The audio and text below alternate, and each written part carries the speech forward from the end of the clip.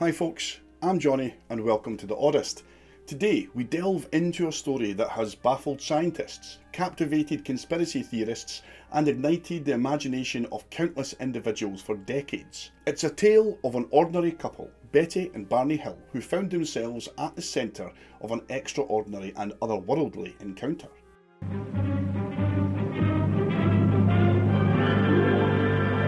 What is your name, please? My name is Barney Hill. Were you alert when you were in the ship and awake? More like in a somnambulistic state. Were they the same build as us? I mean, or did they have pointy heads or something? No, they had large cranium and the chin was very small. In September of 1961, their lives would change forever as they embarked on a seemingly routine drive through the dark, winding roads of New Hampshire's White Mountains. Little did they know that their journey would become a harrowing odyssey into the unknown. Witnessing strange lights in the sky, lost time and eerie memories, Betty and Barney Hill would become the first ever documented case of alien abduction in the United States. But what really happened during those mysterious hours? Were they truly abducted by beings from another world? Or was there a more rational explanation? This is the Betty and Barney Hill incident Unearthed.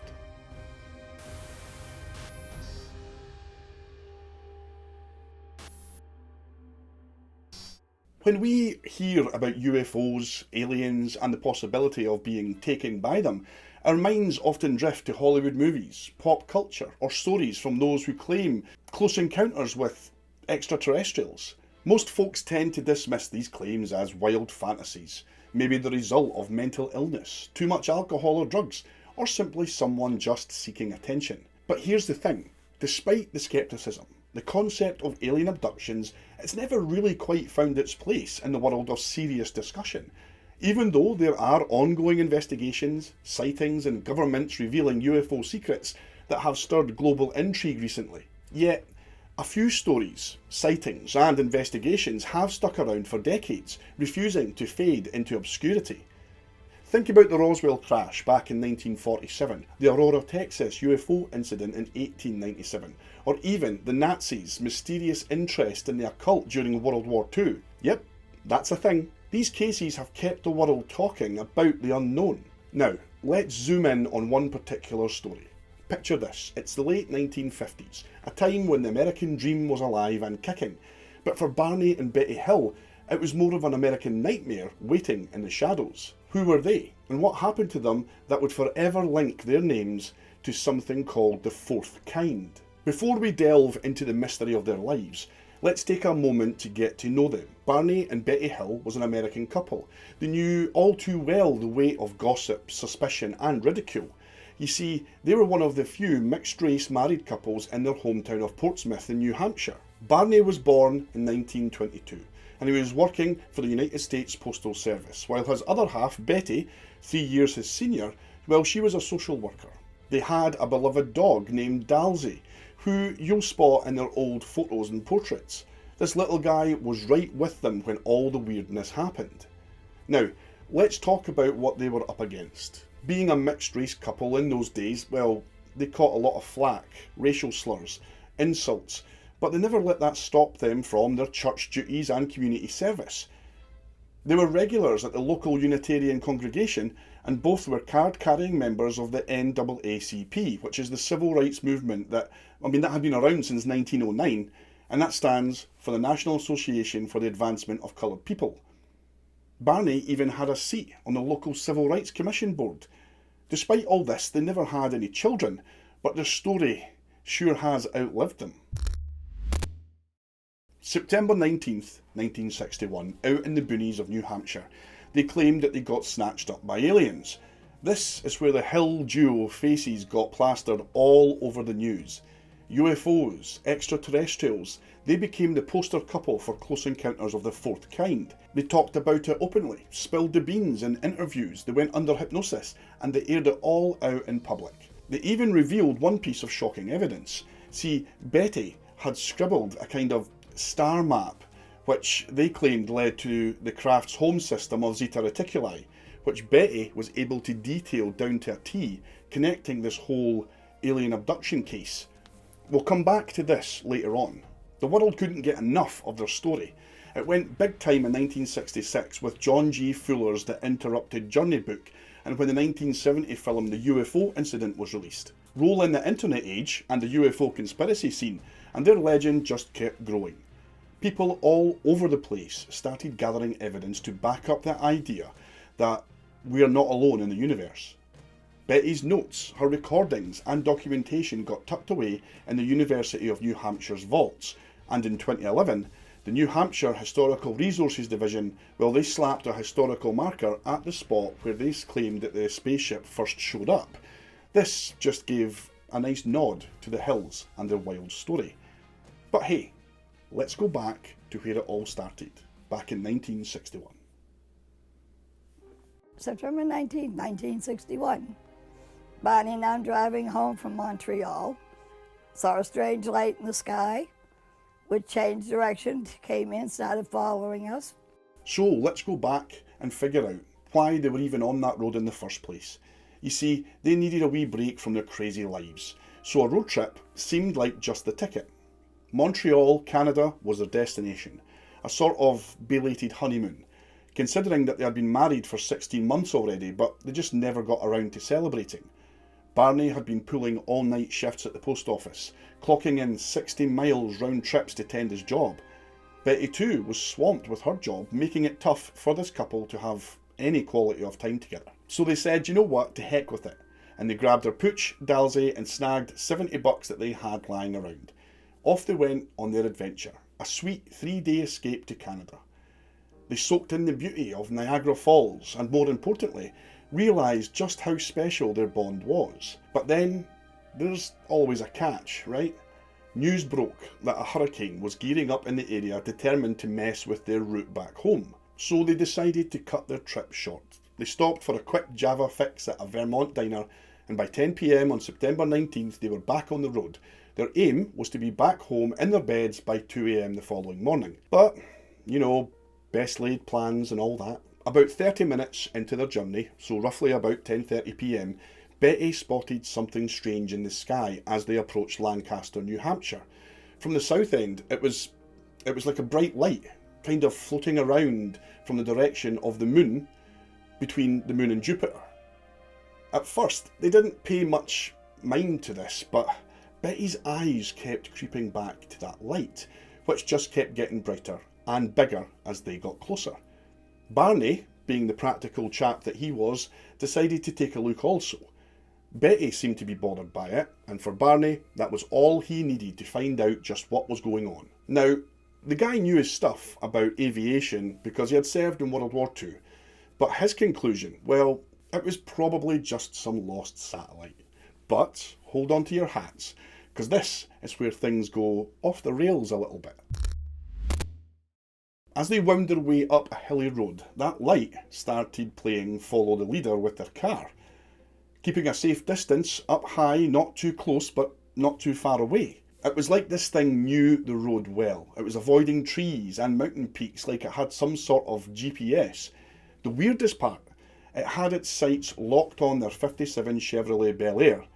Betty and Barney, curious as ever, decided to pull over near Twin Mountain. They let their wee dog, Dalsey, stretch her legs, and Betty, being the savvy traveller that she was, had packed some binoculars from their Canadian sightseeing adventure. She figured that it was the perfect time to break them out and get a closer look at whatever this strange light was. What Betty described as a weirdly shaped craft just hung up there in the sky, still glowing like a neon sign, and it kept getting clearer as she peeked through her binoculars. She told her husband, Barney, to come take a look, thinking that it might be some satellite or military plane. Yeah, it wasn't any of those things. It started heading straight for them, steady as you like. They were driving through Franconia Notch Mountain Pass at this point, and they couldn't take their eyes off this object. Barney even grabbed his handgun from the glove compartment.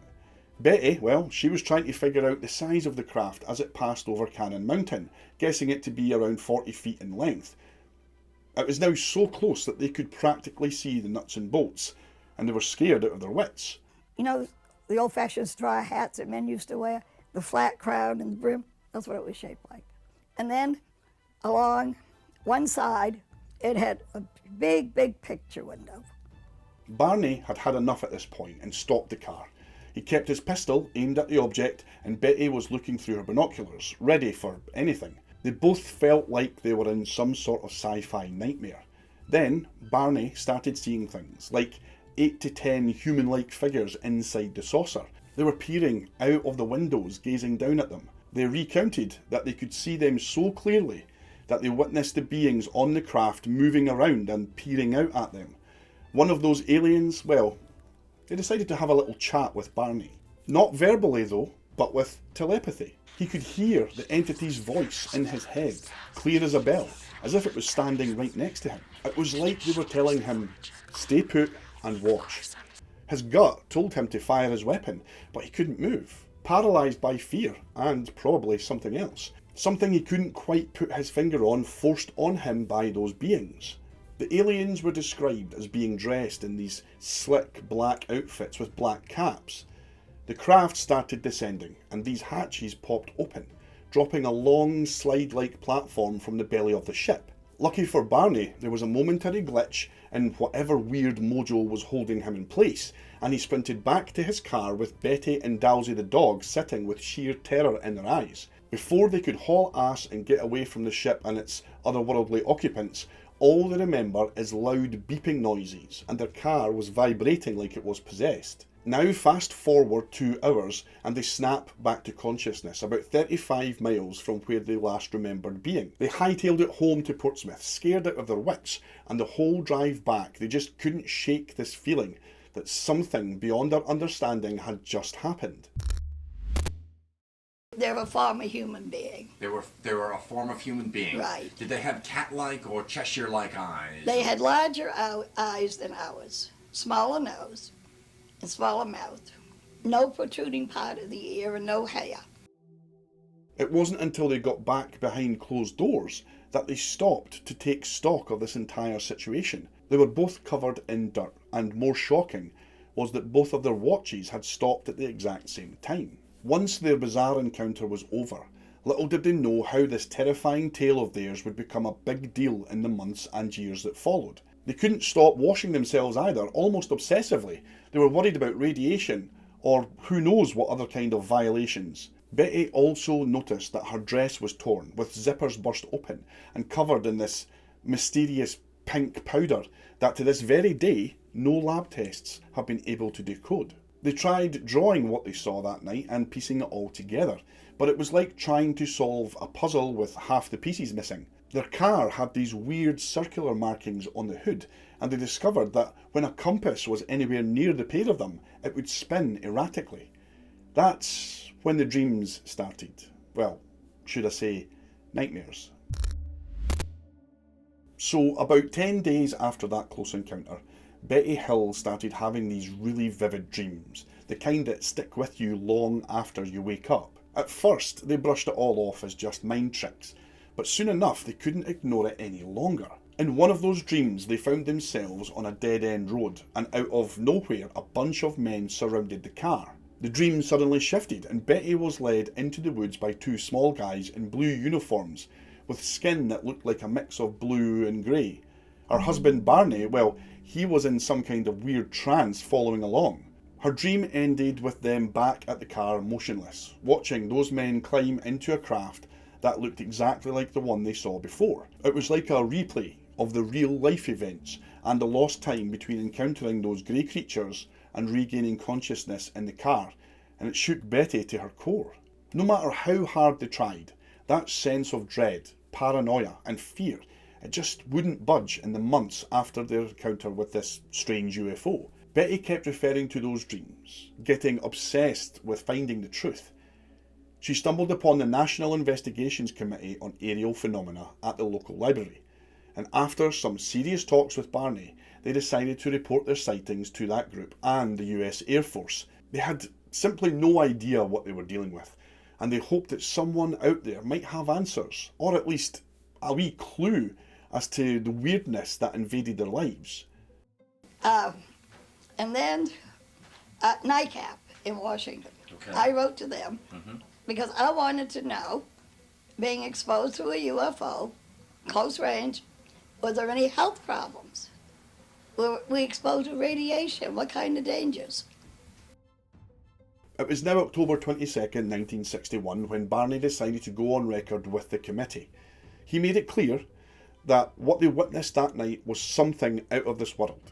And those creatures, well, they sure as heck weren't human. The case landed in the lap of Walter Webb, an astronomer from Boston and a NICAP member. They sat down with the Hills for an extensive chat that stretched over 6 hours. They talked in depth about every detail that they could remember.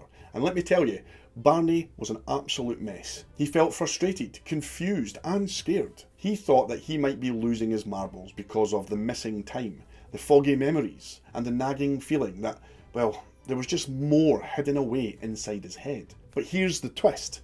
Mr. Webb came out saying that he actually believed them. He thought the Hills were telling the absolute truth and that the whole incident probably went down just like they described it. I mean, sure, there were some minor hiccups and uncertainties, but that's par for the course when you're dealing with stuff like UFO sightings, right? You've got differences in perception, judgment calls on size and distance. Now, here's where things start to get closer to the truth. After Webb's report, they recommended some hypnotic therapy for the Hills. The idea was to help them come to terms with what happened and maybe dredge up some more details. One of the big questions was the missing time. Why couldn't they recount for those hours and distance that they covered during a blackout? All they remembered was the blazing orb sitting on the ground somewhere on Route 35, along with Barney's worries about Betty's dreams and mental state. Well, that was enough to kick off the therapy. They started with Barney, and after a few weeks of those sessions, he began remembering being led into that alien capsule. He woke up after passing out from the pressure and vibration, and there he was, in a weird examination room with bright lights, strange shaped walls, and a tiny table that he was strapped to. The creatures didn't waste any time. Those beings got him stripped down and started poking and prodding like he was some sort of lab rat. Under hypnosis, Barney divulged to Simon, one of the investigators, about how he and his wife went through some terrifying stuff. They had hair, nails and skin samples yanked out of them. Wires were hooked up to them all over the place. But the real nightmare fuel was when one of those creepy creatures stuck a giant needle into Betty's belly, like they were giving her some kind of twisted pregnancy test. Poor Betty, she screamed like hell. Barney remembered finding himself in the middle of a dark forest, bumping into a gang of guys who guided him around like he was blind. Betty completely backed up his story, saying that those aliens used telepathy to chat with them, speaking in a language that made absolutely no sense, but then they were somehow able to understand it. This is a fairly common occurrence in these types of claimed experiences. Betty's hypnosis sessions had a few variations here and there, but the core of what happened to this couple was pretty clear. They ran them through the ringer with a bunch of neurological tests, interviews and hypnotic sessions. Dr. Benjamin Simon, that I mentioned earlier, well, he wrote up his findings in a journal called Psychiatric Opinion, a medical journal which focused on various mental illnesses and mysteries of the mind. He attributed the case of Barney and Betty Hill to that of psychological aberration, which is considered to be a deviation from normal mental activity, which results in derangement and or psychopathy. But he didn't think that they were making it up. He came up with some reasons and symptoms to explain what actually was going on. Now, Project Blue Book, the Air Force's top secret UFO study that ran from 1952 until 1969. Well, they weren't buying any of this. They brushed off the Hill story, blaming it on everyday problems. But the National Investigations Committee on Aerial Phenomena, well, they had their back. They even called their account fairly credible. But here's where things get really weird. Betty, during one of her hypnosis sessions, well, she doodled out something that turned out to be a star map. It looked just like some random scribbles at first, but it ended up being the talk of the town, starring in a book called The Intrepid Journey, 2 Lost Hours Aboard a Flying Saucer in 1966. So after hearing about the Hill couple's wild tale, this New England-based American author named John G. Fuller got all excited and got the thumbs up from the Hills and Dr. Benjamin Simon to turn their entire adventure into a book. Fuller was no stranger to supernatural stuff. He'd already written a bunch of articles and books on the spooky side of life. he dove into this project headfirst, gathering every piece of information, no matter how small or irrelevant, to put together this book, including Betty's star map doodle. When Fuller's book, The Interrupted Journey, hit the shelves in 1966, it took off like a rocket and got folks talking about UFOs and close encounters all over again. But it was Marjorie Fish, an elementary school teacher and amateur stargazer, who got really hooked on this. She read Fuller's book and in 1968 decided to become a detective of the stars. She wanted to figure out where those aliens and their spacecraft came from. So, Marjorie Fish got down to business and analysed Betty's drawing, trying to match it up with the cosmic map of space. 4 years after the incident. Now, in 1969, Marjorie Fish came here and stayed a few days and asked me all kinds of questions, hours and hours, which she taped, and then used that to go back home and Took did your the map. research on it and identified the areas. The area of the star map, which she said was in the constellation that we know, Reticulus, in the star system was Zeta Reticuli. Yep. Fish's detective work led her to believe that the drawing was a dead ringer for the Zeta Reticuli star system. This is a double star system hiding out in the Reticulum constellation in the southern sky.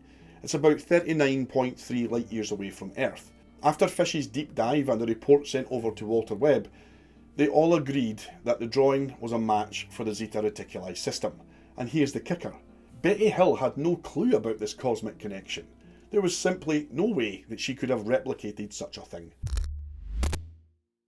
Now, even though many folks, including astronomers and investigators, threw some shade at Fish's theory, it sure got people scratching their heads. I mean, how does someone with no space smarts end up drawing a star system 39 light years away from Earth whilst under hypnosis? In 1989 they launched this fancy satellite called Hippocar over at the European Space Agency. A real trailblazer.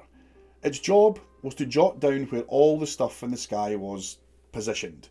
They used radial velocity measurements from spectroscopy to figure out how stars moved. This mission ran up until 1993, but whilst it was up there, astronomers thought to themselves, hey, let's see if that Marjorie Fish woman was onto something. So they pointed their tech at the Zeta Reticuli system. It turns out some of those stars on Fish's map were way further away than first thought. Poor Miss Fish had to step up and say that maybe she was wrong. Now, let's dive into the skeptics' pool. Robert Schaefer, he worked for the Skeptical Inquirer. Well, he took a shot at the Hill couple's story after attending the National UFO Conference in 1980. Betty Hill herself was there, showing off these mostly blurry UFO pics and claiming that aliens were poking around her life still. But things got wild when her talk dragged on far too long and the audience turned on her. Robert noticed that Betty was going all out UFO crazy after her husband had passed away, going on vigils and attending UFO conferences. She was becoming really obsessed and trying to make sense of what happened to her and her husband in 1961. At one of these vigils, a local named John Oswald tagged along. He was into the whole UFO scene also, but he said that Betty, well, she couldn't tell the difference between a UFO and a streetlight. Another local, Jim McDonald, he had his own take. See, he analysed the whole story, focusing on the route that the couple took from Canada. After checking it out plenty of times himself, MacDonald thought that the spaceship was simply a warning beacon that was up on Cannon Mountain. He claimed the beacon flickered on and off at the same time the Hills said they were being chased by the UFO. MacDonald had his own theory, saying it all came down to stress, lack of sleep, and false memories. Let's talk about this stress word that keeps popping up in the camp of folks who don't buy into alien abduction stories. No doubt being a mixed race couple during a turbulent time in the US had to be tough. They must have faced some serious heat from racists who couldn't open their own minds. That kind of pressure would have strained any relationship. On top of that, they had a boatload of responsibilities at their local church and in the community, which chewed up all of their time and energy. So it's not out of the question that they were just burned out and maybe seeing things. Psychologists have gone on to say that sometimes our minds fill in the blanks with made-up stories, especially when we can't make any sense of mysterious events or timelines. Some people even suggest that the Hills might have seen the UFO craze and Cold War paranoia as a chance to make a quick buck. Like they planned a well-coordinated scam. Maybe Betty got wrapped up in her obsession with UFOs and tried to cash in, snapping pictures of stuff that she claimed were parts of alien spacecraft. Barney Hill sadly passed away at 46 due to a cerebral hemorrhage, and that was in 1969.